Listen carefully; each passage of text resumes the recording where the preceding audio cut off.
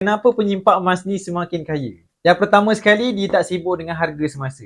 Ada yang share tentang prediction harga, dia tak peduli. Harga emas naik, turun, dia tetap beli je emas. Sebab itu biasa. Untuk jangka pendek memang ada turun naik. Jadi kalau kita tak tambah tabungan emas kita tak semakin kaya. Satu guru saya pesan, guru saya ni penulis buku wang emas. Ni penulis buku wang emas ni, kalau nak kaya dengan emas, fokus kepada perbanyakkan gram emas.